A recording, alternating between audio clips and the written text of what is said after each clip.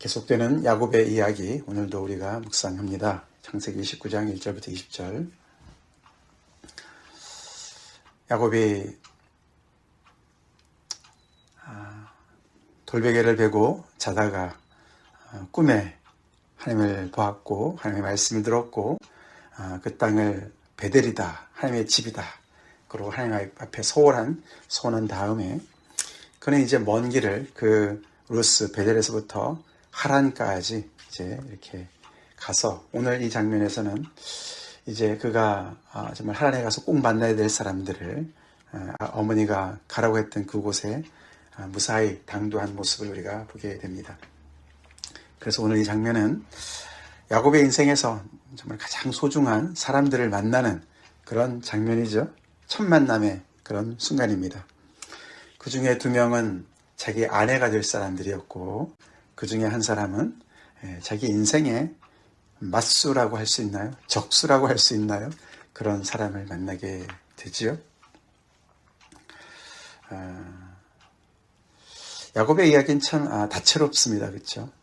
이삭, 그 아버지 이삭과는 좀 다르죠. 이삭은 굉장히 단순하고 또 평안하고 그랬는데, 야곱의 인생은 굉장히 다채롭고 또 이렇게 태어날 때부터 정말 이렇게 뭔가 경쟁을 하는 어떤 그런 사람이에요. 그렇죠? 굉장히 끈질기고 그리고 인생에서 많은 갈등을 이렇게 정말 겪고, 그것을 또 통해서 계속해서 그 사람이 이렇게 뭔가 다듬어지는 어떤 그런 모습을 우리가 보게 됩니다.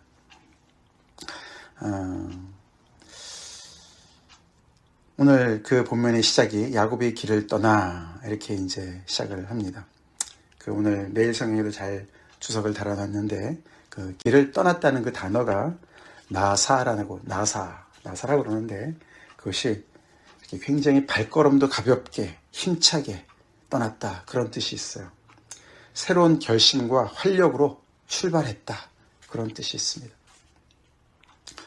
이 지금 허허벌판에서, 그렇죠? 허허벌판에서 하란에서부터 그 정말 정처 없이 어디로 가야 될지, 누구를 또 하란에 가서 어떻게 그 정말 친척을 만날 수 있을지, 우리 그런 말 있잖아요. 서울에 가서 김서방 찾기, 뭐 이런 말이 있는데, 정말 정처 없는 거 아닙니까? 그렇죠? 근데 뭐 그렇게 활력이 넘칠 일이 뭐가 있겠습니까? 너무나 두렵죠. 사실 우리가 이제 거리로 이렇게 따져보면은 하란에서부터 지금 현재 이 베델에서부터 하란까지 거리가 1000km나 된다 그래요. 걷는 도보 그 길이 1000km가 넘어요.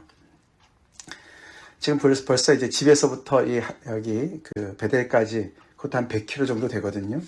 그러니까 한 3, 4일 걸렸겠죠. 그 길을 혼자 왔고, 앞으로는 이제 한 5, 6주를 더 가야 되는 길이죠. 하란까지가. 그러니 갈 길도 멀고, 또 가서 또 어떻게 해야 되나 막막하고, 그들이 나를 반길까, 나를 내치면 어떻게 할까, 얼마나 많은 그런 정말 걱정, 근심이 있었겠습니까? 근데 그가 발걸음도 가볍게 그 길을 떠났습니다. 이유는 어저께 우리가 봤어요. 그렇죠?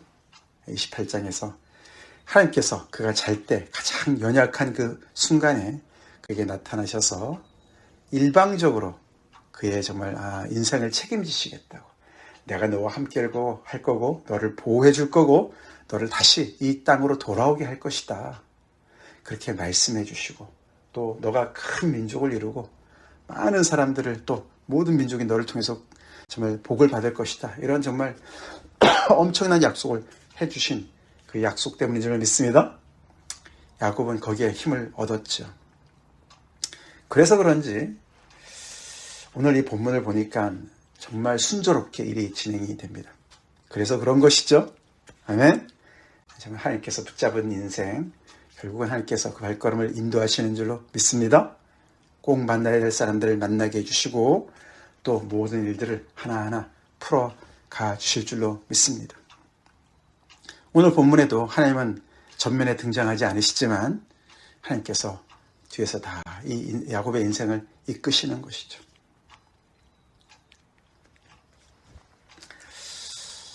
그가 제일 처음에 만난 사람은 라헬이죠. 그가 사랑하는 아내가 될 라헬을 먼저 만났습니다. 우물가에서 만났어요. 그렇죠? 이 구약 성경의 이야기는 스토리가 우물에서 뭔가 많은 일이 벌어집니다. 그렇죠? 예, 아무래도 이 사막 지역이고 사람들이 많이 모이는 곳이니까 거기가 마치 무슨 그런 마을 회관 같이 그렇게 사람들이 많이 모이고 이야기가 진전이 되는 그런 장소니까 아마 그래서 야곱은 또 전략적으로 그렇게 우물을 찾은 것 같죠. 그래서 하나님의 어떤 인도하심도 믿지만 또 머리도 쓰는 거죠. 생각을 하는 것이죠. 그리고 거기 가서 많은 목자들을 만나고 거기에서 이제 라헬을 만나게 되는데 그 과정을 가만히 보면은 야곱이 굉장히 소심한 사람인 줄 알았는데 그렇죠? 집안에서만 있었잖아요. 그렇죠? 형 에서와 비교했을 때 늘 집안에서만 뱅뱅 돌고 어머니 치맛자락만 붙잡고 있는 줄 알았는데 보니까 아니에요. 그렇죠? 예, 굉장히 적극적인 사람이었던 것 같아요. 그래서 먼저 이 사람들한테 먼저 말을 거는 것도 야곱이고 또 그 사람들이 하는 일에 대해서 참견을 하는 것 같이 그렇게 정말 간섭하는 것 같이 그게 또 야곱이에요. 그렇죠? 그래서 지금 아직 해가 중천인데 너네 벌써 이렇게 와서 쉬고 있느냐. 빨리 물 좀 먹이고 가서 빨리 또 양들이 풀 뜯게 해라. 막 이런 말까지 하고 말이죠. 그렇게 얘기를 하는 것을 우리가 보게 됩니다. 그러다가 이제 그 라헬이 누군지를 알게 되고 라헬이 그 양떼를 몰고 왔을 때 또 앞장서지요. 그가 먼저 나가서 우물 아귀에서 돌을 옮기고 그 라헬의 양떼가 물을 먹을 수 있도록 도와줍니다. 그가 누군지를 알았기 때문에 친척인 것을 알았기 때문에 그는 굉장한 그런 호의를 베풀면서 또 그 아마 아귀에서 돌을 옮기는 게 그 돌이 굉장히 무거운 것 같아요. 그렇죠? 그러니까 많은 사람들이 같이 옮겨야 될 것 같은데 야곱이 아마 앞장서 가지고 그 돌을 아마 옮기기 시작했던 것 같죠. 그래서 굉장히 어떻게 보면 남자다운 어떤 그런 남성의 어떤 그런 능력을 과시하는 어떤 그런 것도 있고 그래서 이제 라헬한테 굉장히 이렇게 어필하는 어떤 그런 장면을 또 연출을 해요. 그러고는 라헬한테 입 맞추고 소리를 내어 울었다. 그 당시에 사람들의 인사법이죠. 그러면서 자기가 누군지를 소개를 합니다. 극적인 장면이에요. 그렇죠? 그 먼 길을 오랫동안 정말 노심초사하고 갔었는데 이렇게 짧은 시간 안에 그 정말 만나야 될 사람들의 그 가족의 그 한 사람을 만났으니 얼마나 기뻤겠습니까? 결국은 사촌지간이에요. 그렇죠? 사촌지간인데 그래서 자기가 그 너의 아버지의 당신 아버지의 내가 조카고 또 그 너의 아버지의 그 여동생이 내 엄마야 라고 소개를 했습니다.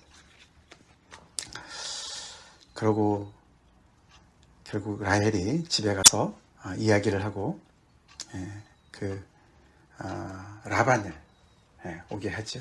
자기 아버지를 오게 합니다. 그렇게 해서 이제 야곱이 라반을 만나게 됩니다. 사실 이제 라반의 아버지 부두엘이 그쵸 앞에서 나왔어요. 그쵸 그러니까 리브가의 자기 어머니의 아버지 되는 할아버지 되는 부두엘이 아직 성경에서는 어떻게 뭐 돌아가셨다 이런 말이 나오지 않아요. 그렇죠? 그래서 이 야곱이 그 집에 가서 사실 그 주변의 사람들한테 물어볼 때 부두엘을 아느냐 이렇게 물어봐야 될 것 같은데 라반을 아느냐 나홀의 손자 라반을 아느냐 이렇게 묻습니다. 그래서 어쩌면은 이제 부두엘은 이미 돌아가신 것이 아닌가 이렇게 생각을 해볼 수가 있고 또는 이제 라반이 이제 그 집안의 어떤 중심을 이루기 때문에 주변의 사람들이 라반을 더 안다 이렇게도 볼 수가 있겠습니다만 하여튼 그래서 라반이 그 장면에 등장을 하고 그들이 서로가 입맞추고 인사하고 집으로 들였다. 이렇게 해서 야곱과 라반의 만남이 성사가 됐습니다. 드디어 만났어요. 그렇죠? 바로 이 라반이 야곱의 인생에서의 맞수자 정말 어떻게 보면 적수가 되는 사람이죠.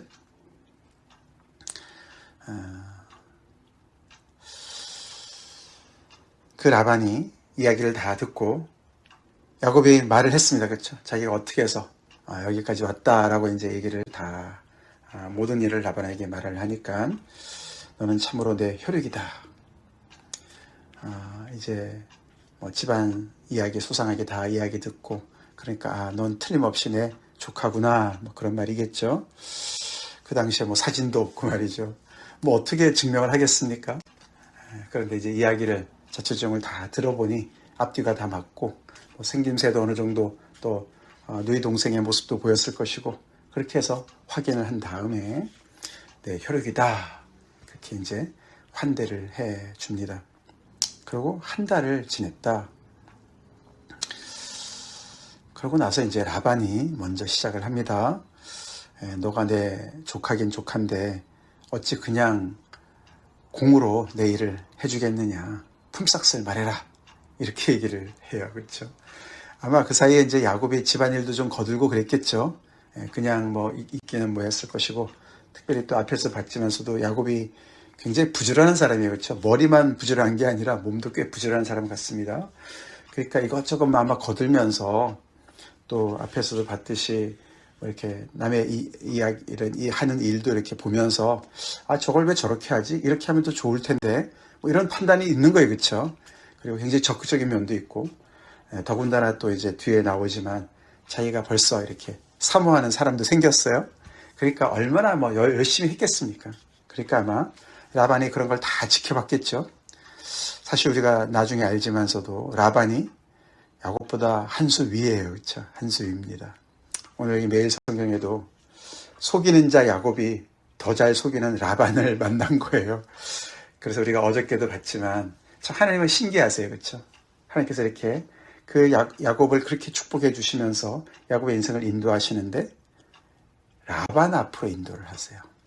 사람을 통해서 사람을 다루시는 것을 보게 되는 거예요. 그의 인생을 다듬어 가십니다. 그렇죠?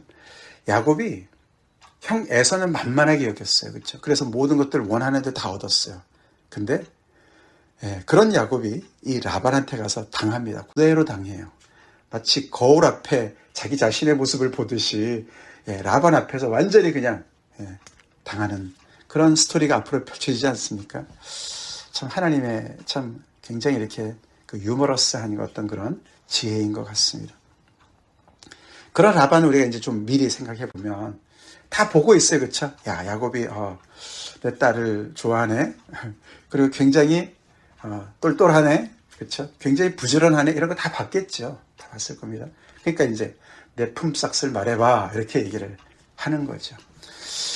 그 당시에 정말 주로 이제 농경 사회고 말이죠. 또 이렇게 목축업이고 그러니까 한 사람이 얼마나 귀했겠어요. 그렇죠? 근데 그 한 사람이 또 일을 잘하면 얼마나 도움이 많이 됐겠습니까? 그런 거 다 계산에 넣었겠죠. 그렇죠?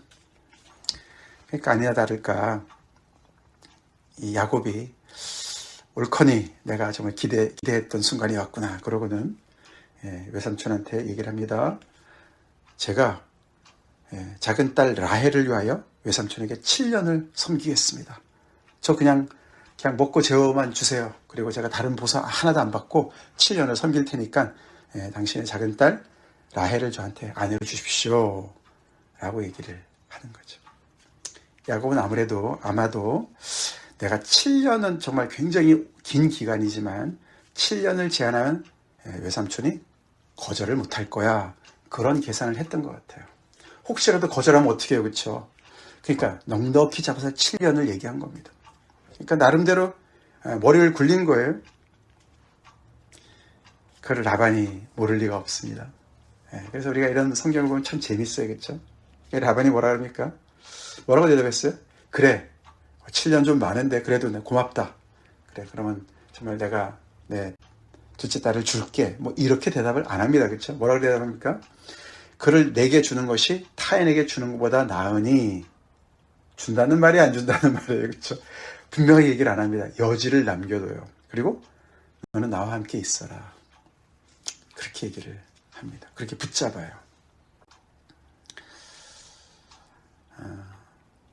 지금 몸이 다른 거는 야곱이에요. 신기한 장면입니다. 그렇죠? 마치 에서가 배가 고파가지고 지금 팥죽을 쓰고 있는 동생한테 와서 나 배고프니까 좀 한 그릇 줘. 몸이 다른 에서 앞에서 야곱이 뭐라 그랬습니까? 거기서 흥정을 붙이잖아요. 그렇죠? 그 어떤 형의 그런 모습을, 그런 상황을 어떻게 보면 이렇게 이용하는 그런 야곱이었는데 지금은 입장이 바뀌어가지고 몸이 다른 야곱의 상황을 삼촌이 이용하는 거예요. 그래서 잘되다 옳거니 이렇게 된 거죠. 그래서 이제 나름 이제 라반은 계산이 서는 거죠 벌써. 그렇죠? 아, 얘가 몸이 닳았으니까 7년 동안 잘 부려먹겠구나 생각을 한 것입니다. 거기서 이제 앞에서 그 라헬의 언니 레아는 시력이 약하고 라헬은 곱고 아립답다 이렇게 표현을 했습니다. 그 야곱이 그 동생 라헬을 더 연모했습니다. 그렇죠? 아마 이유는 외모 때문에 그런 것 같아요. 그렇죠? 레아는 시력이 약했다. 이 시력이 약하다는 단어가 눈이 시력이 약하다 이런 뜻도 되지만 약하다는 그 말이 좀 이제 이렇게 눈이 좀 이렇게 좀 총기가 없다 뭐 이렇게도 번역이 가능한 거예요. 그게 또 좀 더 나아가서는 좀 외모가 좀 빠진다 뭐 이렇게도 번역이 가능하다 그래요. 왜냐하면 이제 라헬이 뒤에 보면 더 곱고 아립답다 이렇게 나오잖아요. 그렇죠? 비교를 하는 거니까 그냥 시력만 얘기하는 것이 아니다라고들 많이들 얘기합니다. 그래서 아마 외모가 더 라헬이 더 나았던 것 같습니다. 그래서 이제 이 야곱의 인생에 여러 가지 갈등의 요소가 더 많이 이렇게 잠재적인 갈등의 요소들이 다 이렇게 드러나게 됐습니다. 그 이야기가 이제 이 하란에서의 이야기가 31장까지 쭉 진전이 됩니다. 이제 우리가 다 그 재미있는 드라마를 보듯이 보겠지만, 근데 그 이야기 결국 그래서 하란을 20년 동안 머물다가 떠나지 않습니까? 야곱이. 그렇죠? 요셉을 얻은 다음에 이제 떠나기로 결정을 하지 않습니까? 근데 그 이야기, 긴 이야기 속에 가장 중심에 이 야곱이 후손을 얻는 이야기, 아들들을 얻는 이야기가 중심에 있어요. 이 레아와 라헬이 경쟁적으로 막 아기를 낳지 않습니까? 그렇죠? 자기들이 막 그냥 아기를 낳는다니까 또 자기들의 여종을 막 사용해서, 그래서 결국은 4명을 통해서 12명의 아들을 낳지 않습니까? 그 이야기가 중심에 들어가 있어요. 그래서 어떻게 보면은 이 야곱의 이야기의 이 하란의 이야기는 가장 핵심은, 물론 라반을 통해서 그가 점점 더 깎이는 얘기도 분명히 있지만 더 중요한 것은 이 야곱이 거기에서 아들들을 얻는, 후손을 얻는 이야기가 중심에 들어가 있습니다. 구조적으로 그렇습니다. 하나님의 지혜였죠.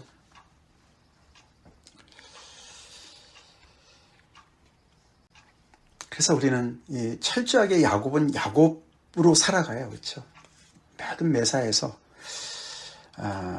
그가 정말 순간순간에 좀 하나님께 기도하고 막 뜻을 구하고 막 이러는 것이 저희 안 보입니다. 그렇죠? 그냥 야곱은 그 순간에 굉장히 열심히 충실하게 자기 어떤 계산을 가지고 열심히 충실하게 일을 합니다. 어떻게 보면 안 믿는 사람처럼 그렇게 행동합니다. 그런데 동시에 또 같이 진도가 나가는 것이 하나님의 뜻이 함께 나갑니다.